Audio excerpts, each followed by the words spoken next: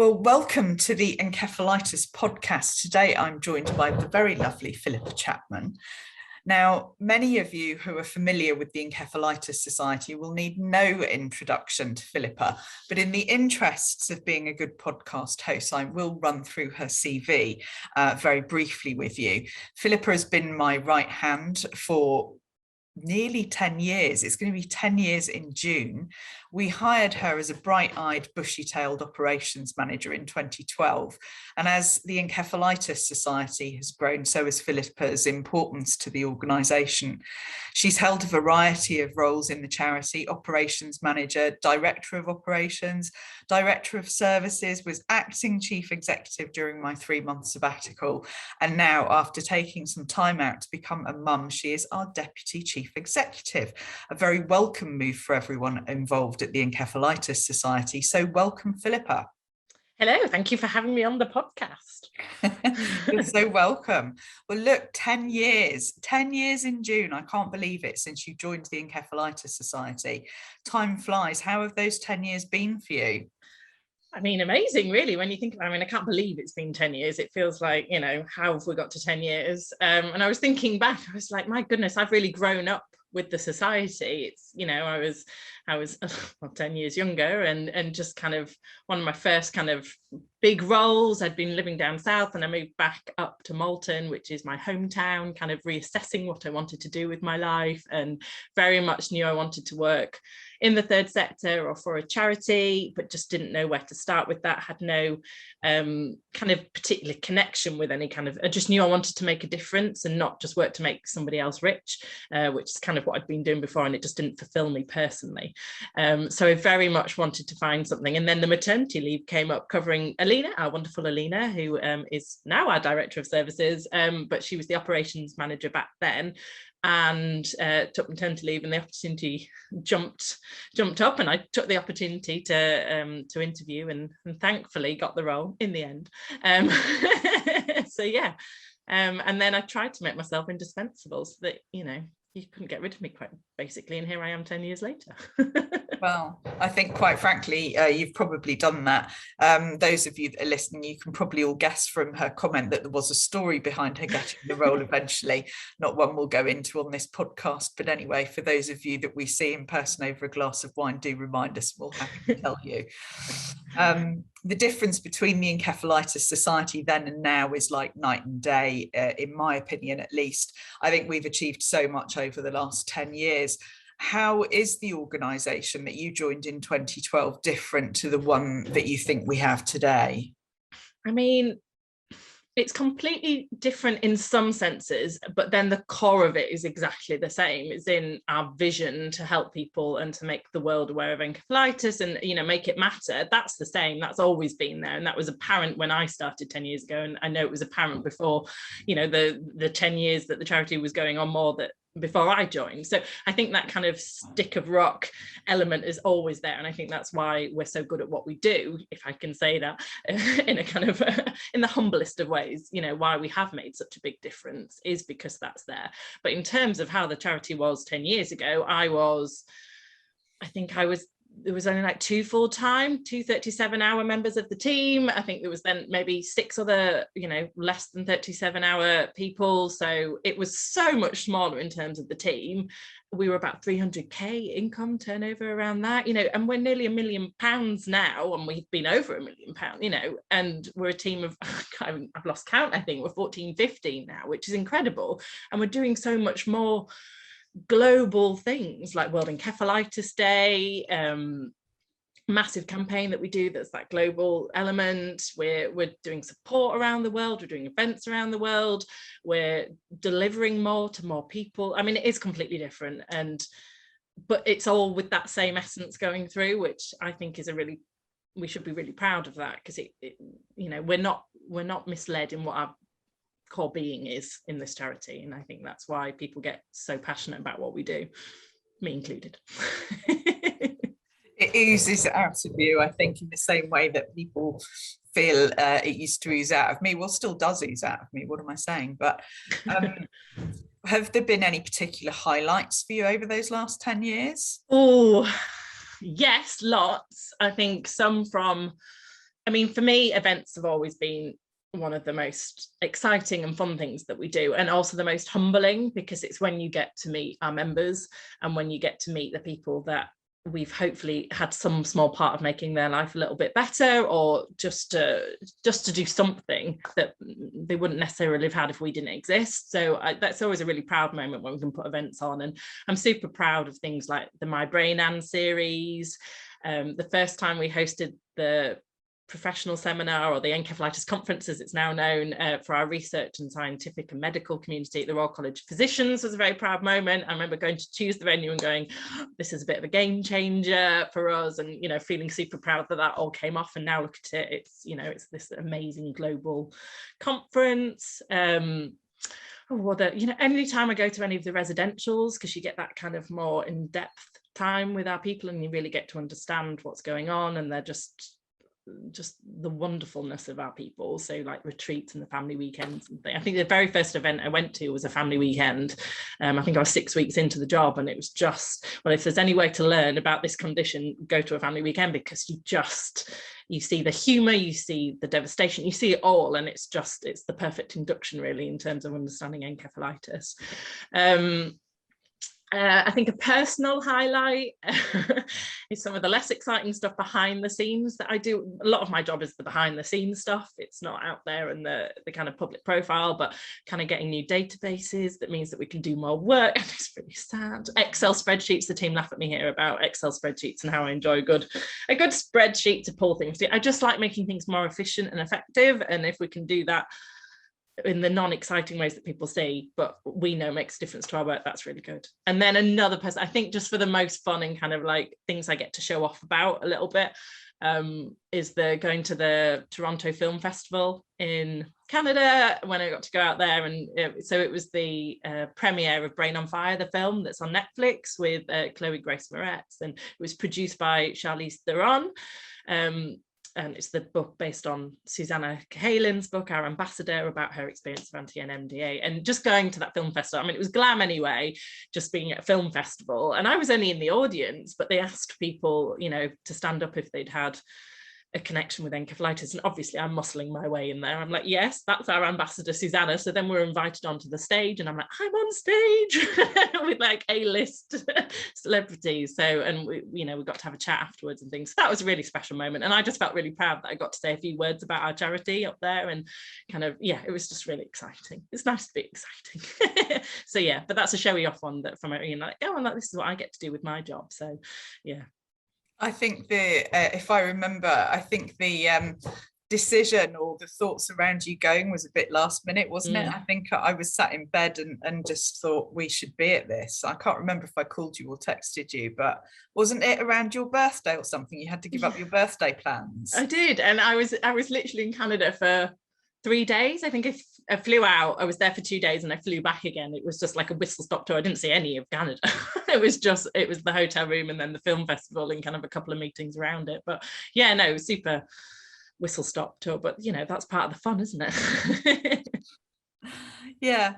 Well, look, turning to more recent things, you abandoned me recently. I'm sorry to say it, but feel it has to be said. Not that I've got abandonment issues in any way. No, you became a full-time mum, or a first-time mum, I should say, in the middle of the COVID-19 pandemic and various lockdowns. That must have been really difficult. It wasn't great in terms of, having a lockdown baby and all of the things that came with that. It wasn't ideal, and there's several reasons which I could rant about for some time, and I will briefly go into them at the moment. So I was pregnant in May 2020, and unfortunately was one of the very few women in the world that are affected by hyperemesis. I can never say the gravidium. So HD, I'm going to call it HD from now. So that's severe sickness in pregnancy. It's not morning sickness. It's not, just feeling a bit unwell because you're pregnant. It's severe sickness. So I was ill pretty much all of the time. I was hospitalized at one point because I was so dehydrated and unwell and I was on medication to help with the nausea and everything like that. So in some ways, the lockdown was beneficial for me because we were all working from home at the society, and that meant I could work when I could. And thankfully, I'm employed by an amazing organization that are so supportive and did everything they could to help me.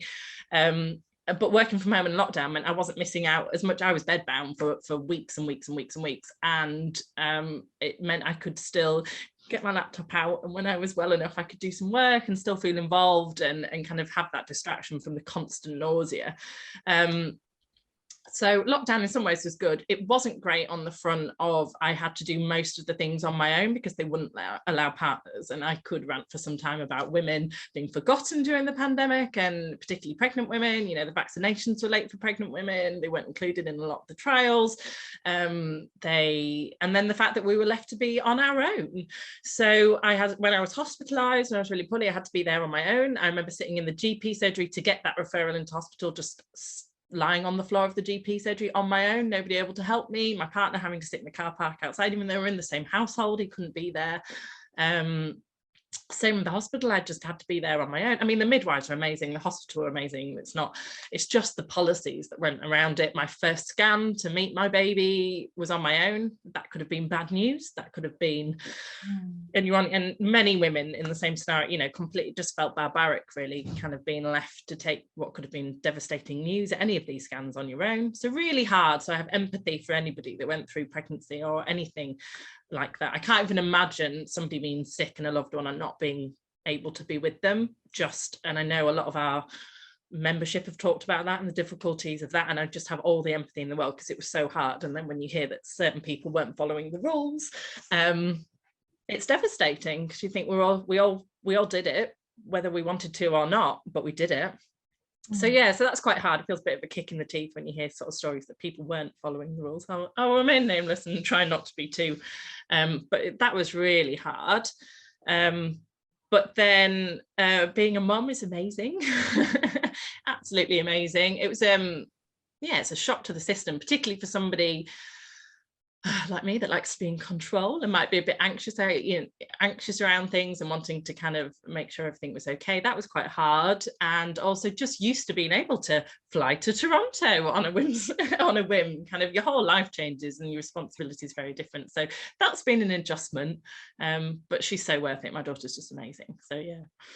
Well, thank you for sharing that with us. I know how hard it was for you at the time. Obviously, I was not living it with you, but remotely kind of living it with you. And I know that you were clinging on by your fingernails sometimes. So yeah, and I can't imagine working for another organisation that wasn't as supportive. And I just think I'm so lucky. It's another thing. I just feel really lucky that I got to, we have a great enhanced maternity leave and family policies. We have great just kind of approaches that people have lives and people have stuff going on, and that you know, we couldn't say that to our members that, you know, family come first and all of those things, and then not have that ethos ourselves within the organisation. So I'm just, you know, I feel even more strongly than I did before. It makes the world of difference. Yeah, well, good, thank you. Yeah, and I think you were very reserved there talking about, you know, the government, you know, and their lockdown parties. I mean, quite frankly, I don't feel the need for them to remain nameless. There's been over 50 fixed penalty fines given out. I think it's disgusting. I think they should all be sacked, quite frankly. Yes, I didn't know how. I'm always conscious of, don't want to get the charity into trouble, you know. Well, there they were, the chief executive, the deputy chief executive sat there having a rant about but yeah, it's appalling. And also just the general, you know, how I feel about, you know, women's kind of rights and things just kind of completely getting, and again, I have an employer that I didn't feel in any way threatened that I wouldn't have a job to come back to, or that while I was sick with pregnancy that I would lose my job in that time. But I have so many stories, like from close connections and just generally, we were talking about a team brief earlier that, an experience of somebody that, their employer didn't believe they were going to hospital appointments, so insisted they went with them. And it's like, are you like, what? But it's happening all the time. We laugh, but it's like, this is happening all of the time. And then for, pregnant women, particularly during the pandemic, not to kind of be included in certain trials, and the advice was so late and we were at more risk. So yeah, really tough times. But look, you did mention, the lovely highlight in all of this, which is Liberty Grace, your daughter.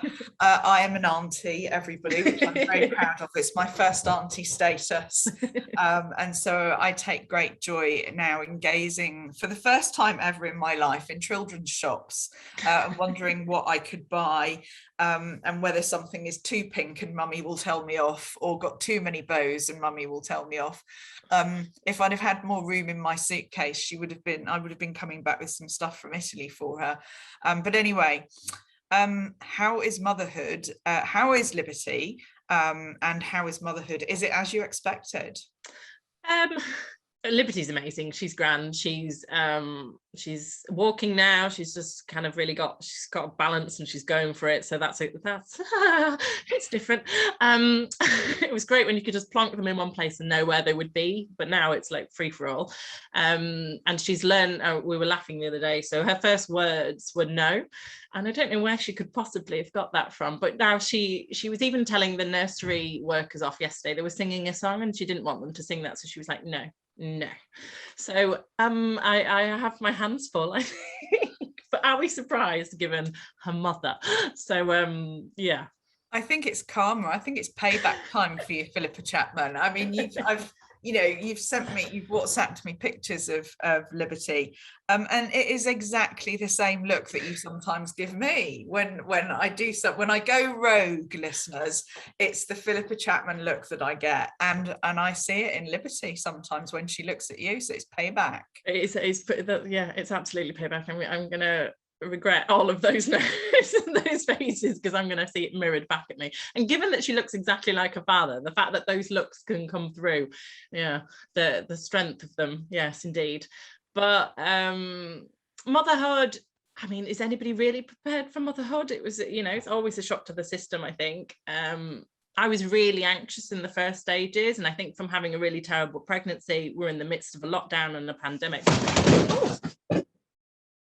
There's just one of those podcast moments, everybody. Some boxes have decided to leap up. Bear with me 2 seconds. There we go. Just some boxes of bits and pieces in my office just decided to leap off the sofa. I think I was really anxious at the beginning, in terms of, I just think the world was anxious, and then being a new mom, you don't know what you're doing as much as you think you might, and it doesn't matter what books you read or who you talk to, you still feel so responsible for this little person and making sure they're okay. And I can't say I enjoyed the newborn phase. I was happier when she got to kind of being more 6 months and you just felt a bit more established in it. I mean, magical moments throughout that, but it was hard for the beginning, for sure. And also being in lockdown, we didn't see anyone for 6 weeks, I think, at least. And in some ways that's a blessing, but in others it's not, because and we got COVID at 5 weeks. So Toby, my husband, is a police officer, and there's no way of socially distancing arresting people. So, throw the handcuffs at them and tell them to arrest themselves, not going to happen. So he did catch COVID at 5 weeks. This is pre-vaccinations. I had a 5-week-old. Terrified. You just didn't know how it was going to affect a little one and all of those things. So they weren't ideal times, let's just say. But don't have a baby in a pandemic. Might be the advice. Some people would lobby at me, but Well, you certainly weren't on your own. You mentioned vaccinations there. So going from the controversial topic of our government's behaviour to potentially another sometimes controversial topic, that of vaccination. Are you happy to talk about, your decisions around vaccinating your child. I ask because, you know, vaccination, as we've alluded to there, has become even more of a hot topic during COVID-19.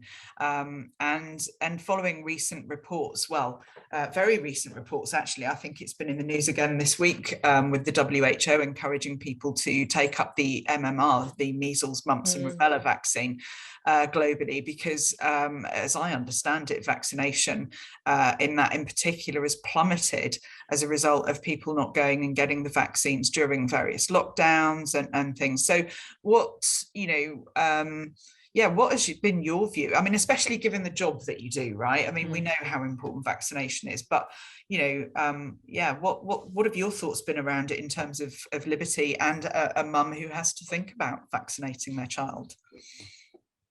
Yeah, I mean, I think it's a shame that vaccinations are a controversial issue. They shouldn't be. You know, the science behind them and, you know, the facts, I guess, aren't controversial.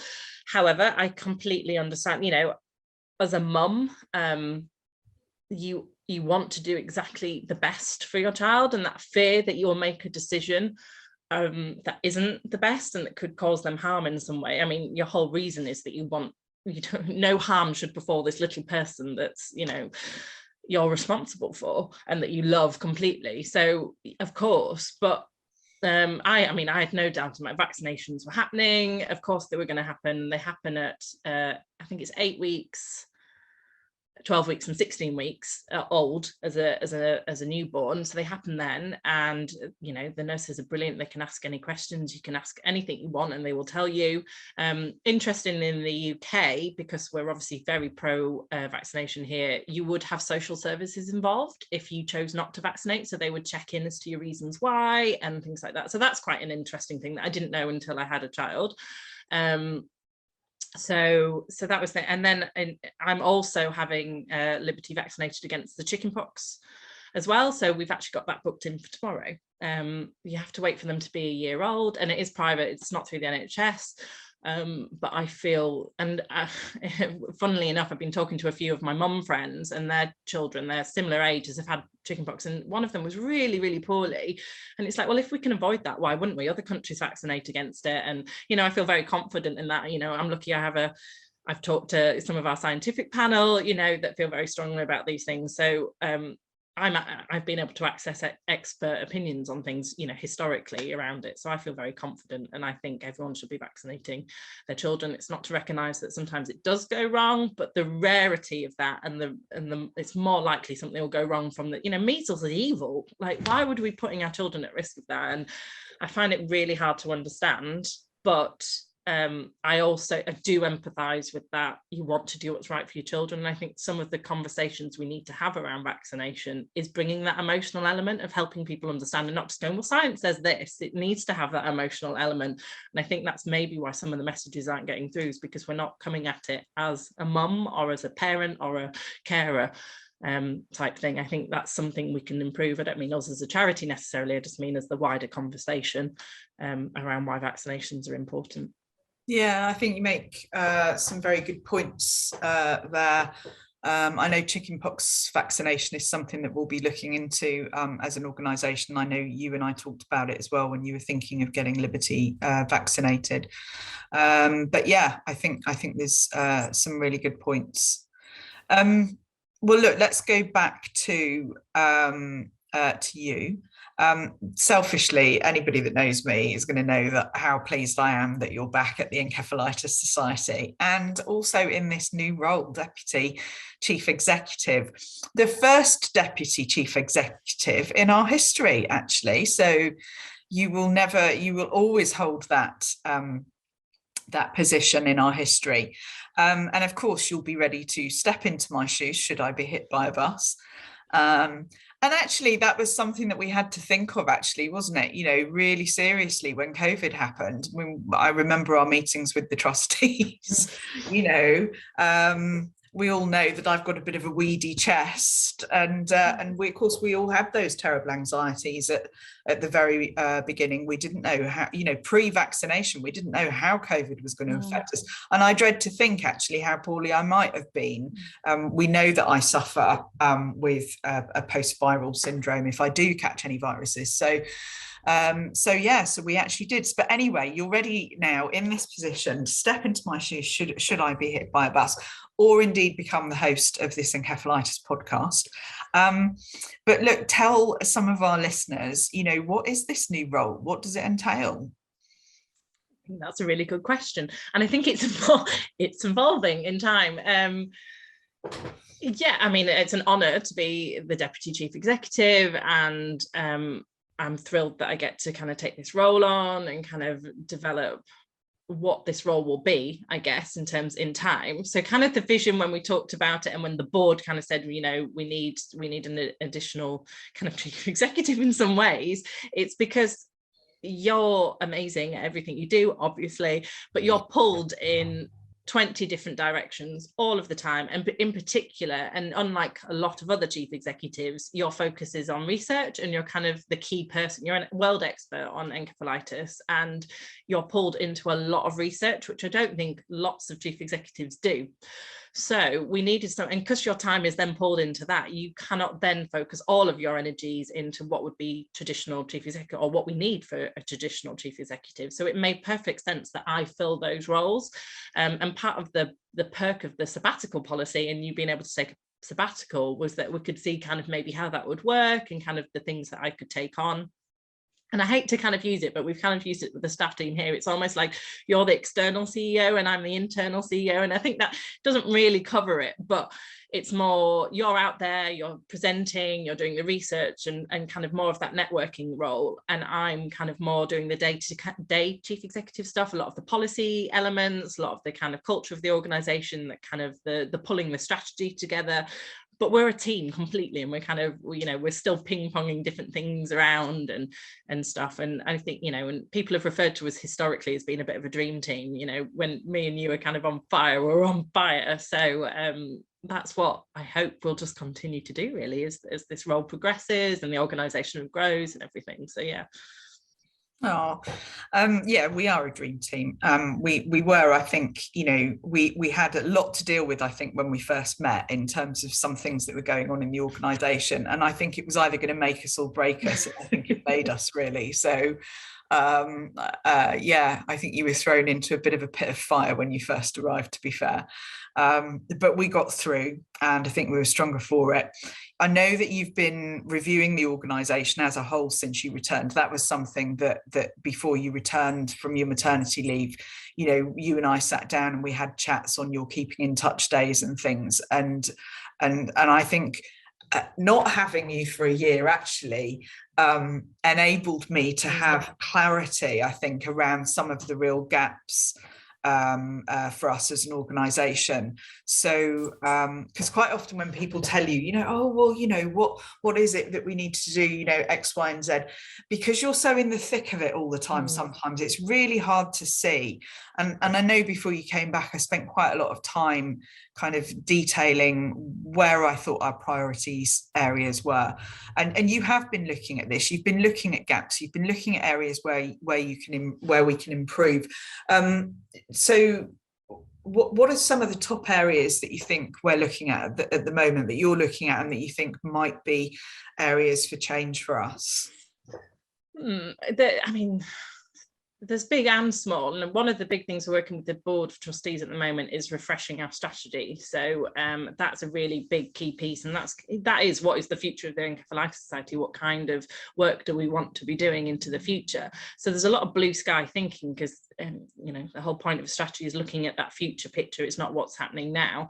So there's some really exciting stuff. We want to look at kind of the services we're providing our beneficiaries globally. So I think there's a big international piece. I think we were talking earlier this week, there's a misconception that we're UK only, and we need to change that, because we absolutely are not. If you looked at our stats as to who's using our information, who's using our support services, they're absolutely not UK only. I mean, obviously there's still UK people using it, and so And we've just done a big study around the global kind of impact of encephalitis and what we can do around that. So I know we'll be focusing a strategy around that as well. Yeah, so some big things in terms of what we offer people that have been affected by encephalitis in terms of support and things like that. Awareness, we want to do more of it. We know a key goal is that we want more people to know what it is. We don't want these conversations, oh, well, what is that? You know, we want that same global profile that meningitis and motor neuron disease have. We have to have it because it, you know, we have higher incidence rates than some of those things. So we absolutely need to change that. So some big ideas around the campaigns that we're going to be putting out there. And then just on day-to-day, growing our team, improving us as an employer is really important. I want a culture that keeps growing with our size, but keeps those core, you know, I'm scared of talking about the beginning of this podcast about that essence that is us and what makes us work. And some of that is the teamwork and the way that we interact with each other. And we need to keep that as we grow. So it's kind of, how do we kind of do that? How do we make sure that we keep some of those core elements of who the Encephalitis Society is? And I forgot our name then, goodness me. Yeah, I think you're right. I mean, you're a really, you know, from day one, from when I first met you, you're a really values-based person. And I know you've drilled it into me over the years. You know, it's about getting the right people on board. They don't necessarily have to have the right experience because we can teach people skills, and sometimes people have got transferable skills. But I think you're right. Over the last 10 years, we've been really hot on making sure that the people in the team have values that align with the organisation and with the other staff team members as well. And it makes for a much happier workplace. Yeah, but I think a big key part of that is we can fall into the trap of then not having it, you employ or you work with people that you think you'll get on with. And we all know that diverse teams are the best teams because they're more effective, they bring different ideas in. It's just, that's what we want. So I very much, you know, a key part of the work we're working on is our diversity and inclusion. We can't have inclusivity as one of our values and then not work on that and have some clear targets along that. You know, hands held high, we're not the most diverse, particularly in the staff team. You know, it's different when it goes to kind of more of our volunteer and our scientific panel and things. We're not the most diverse, and that is something we need to work on and we are looking at. And, you know, I feel really passionate about that. We've just set up an internal team of D&I colleagues that are all going to work on this because we feel it's so important, and, you know, we need to make changes in that. Yeah. Is there a project, you know, at all that you're personally passionate about seeing develop over the next year or so? Any project in particular? Personal projects. Oh, projects that I'm excited. I mean, we're just implementing 2 new databases. Always exciting when we have new databases that will help us do our work more effectively. We're going to hopefully have a new website soon that's going to be a bit more all singing or dancing and meet our needs and meet those global needs. But I'm just really excited about the work with that we're going to do on meeting global need.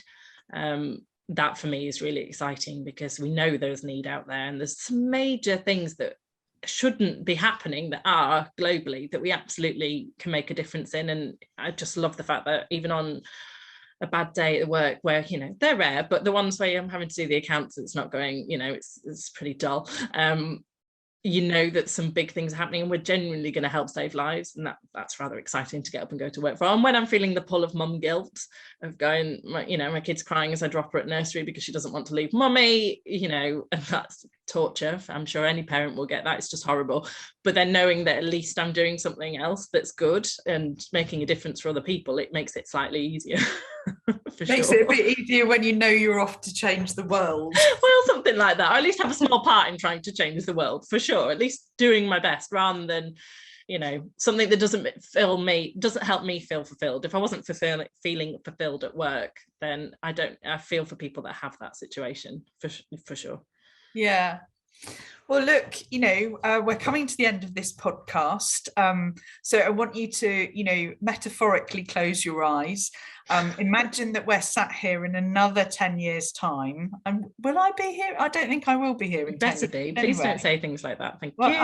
I'm not sure I will, but no, I probably won't be, will I? Stop it. No, it's true. No, it's not. It It is. And it is something that you and the trustees and the scientific panel are going to have to adapt to.